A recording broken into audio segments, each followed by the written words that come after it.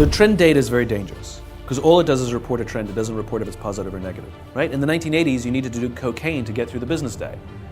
You know, that's a trend. This is why so many people fall down and fail. Do we want a society of pioneering, invention, expansion, growth, or do we want a society of stasis? Rise and shine, it's Entspresso time. I wake up every morning. Espresso, keep me going. I wake up every morning. So let's start your day off right together. Grab your coffee and sip on today's message from Sinek. Also, if you want to have more confidence, check out my 254 Confidence series. It's free. The link to join is in the description below. You get the benefit of hearing what everybody else has to think before you render your opinion. It's like a hammer. You can use it broadly or narrowly. You can build a table, you can build a house. It's the same tool. What do leaders need to do to understand the trends in their industry better? Because it's very easy to say, this is where this business or this is where this market is going. It's actually, that's what everyone else is doing. So how can you get ahead of a trend in the way that Steve Jobs was able to look at where the puck is going? So trend data is very dangerous because all it does is report a trend. It doesn't report if it's positive or negative. And everyone else has got it. And everybody else has got it. So for example, you know, kids these days are all using apps to do everything. We should make more apps. But nobody says it's healthy, right? In the 1980s, you needed to do cocaine to get through the business day. You know, that's a trend. That's a trend. Is that really true? Cocaine usage was up in the 1980s. In businesses, if you worked in an investment bank, you'd know. Yeah. No, I was, I was definitely not doing that in the 80s. So the point is, it's a trend. Yeah. That doesn't mean we should invest in it, right? So trend data is, I think, the way people rush towards a trend because they think that's where the market is going is very dangerous because it's incredibly unstable information. But you have to, as a leader, anticipate wwhere your market is going and make 3 and 5 year plans. And the way you do it is with vision, right? So for some reason, somebody keeps telling me that my publisher said this to me, that I'm good at understanding the zeitgeist.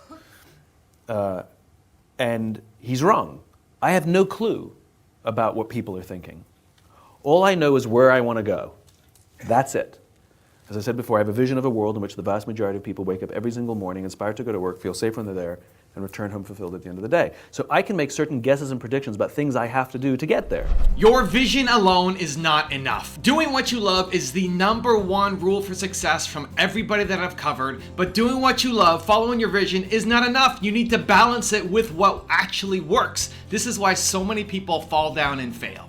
If you just have a vision but don't pay attention to the trends, your vision will never happen. It will die within you. If Simon's vision is to help people be inspired to go to work, I love it. That's awesome. I'm on the same page. That is a joint vision. Amazing.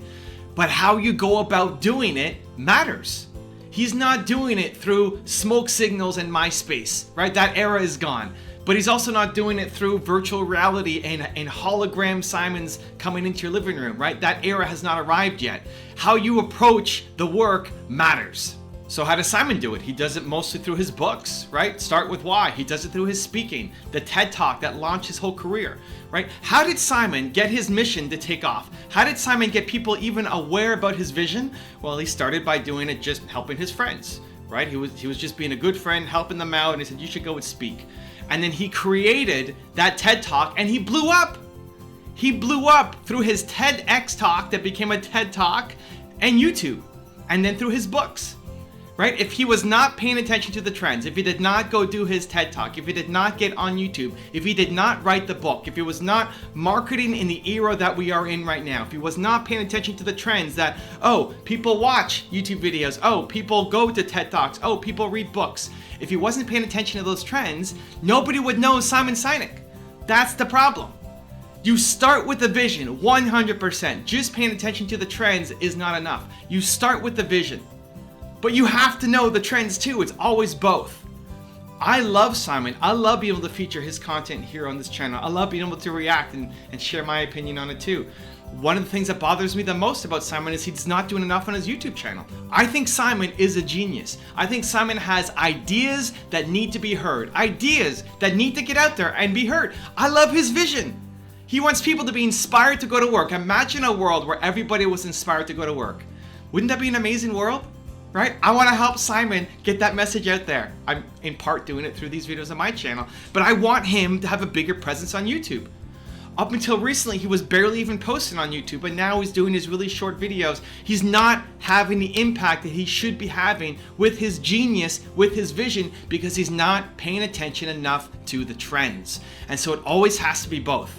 Guys, it has to be both. You have your vision, you have your mission, you have the thing that you love doing, the thing that you need to birth into existence. But if that's all you do, then you have a hobby. If you love the thing but nobody else cares, all you have is a hobby. It fills the soul. It feels great, but it never reaches other people, never has the impact that you want to have. If you only pay attention to the trends, then you're always chasing what the hottest thing is to do. If you don't have a vision and you're just chasing the quick buck and chasing the hottest trend for 2019, 2020, 2021, etc., you're never going to win because you're going to go up against people who love doing that thing. If you go into an industry because it's just a trend, there are people in that industry who love doing that thing, who love it. Love it. They bleed it. They think about it all day long. They love that thing. If you go up against them, chances are you're going to lose because it's just an idea for you. It's just a trend. You're just trying to chase something down. It's in that combination that works.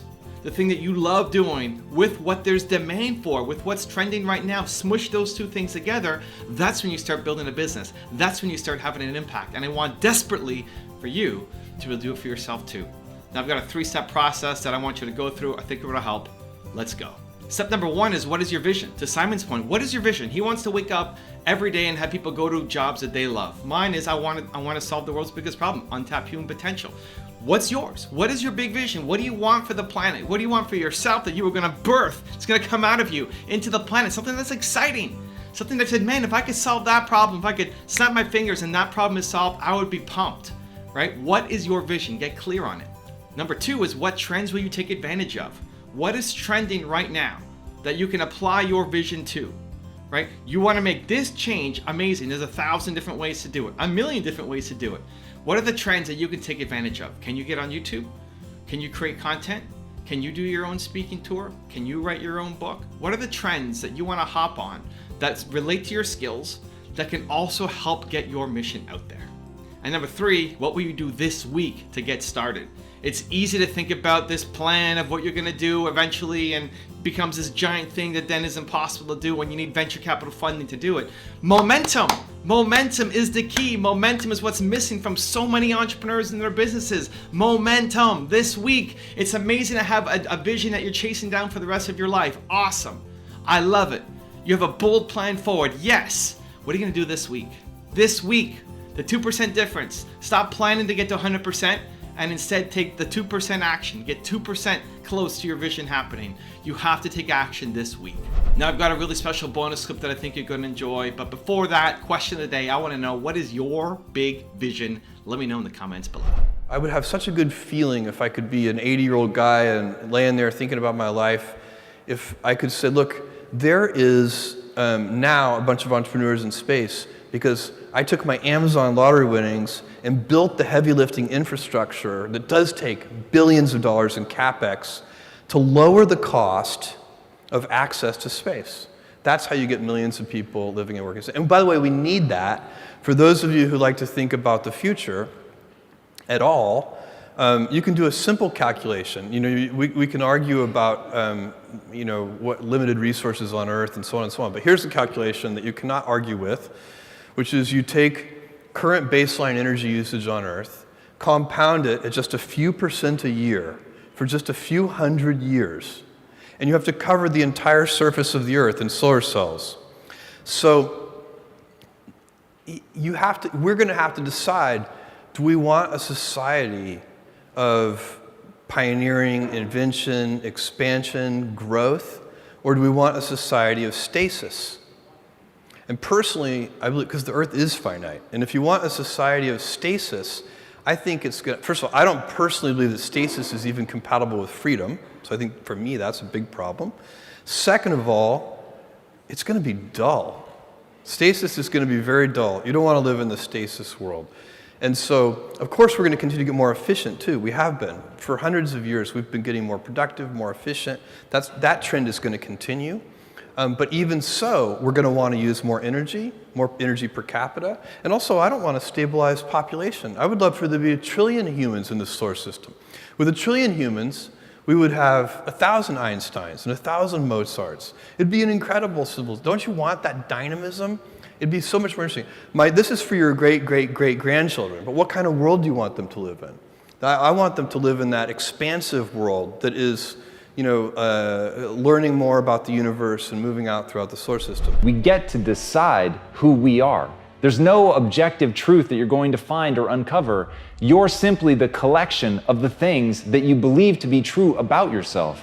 And once you begin to form that opinion of who you are, you'll act in accordance with that belief. You begin to shape a vision of yourself in your own mind, and that becomes the reality. So letting other people influence that, letting other people come in and degrade what you think of yourself is one of the most dangerous and damning things that you could do, because they cloud your ability to craft a vision of the person that you want to become. And that vision is so hard for all of us to hold on to that we have to protect it. We have to keep other people out of that. We've got to have intention in creating the person that we want to become. If you want to know what Simon Sinek thinks is Steve Jobs' #1 trait that makes him successful, check out the video right there next to me. I think you'll enjoy it. Continue to believe, and I'll see you there. So there's a very famous story of when he went to Xerox PARC. Do you know this one?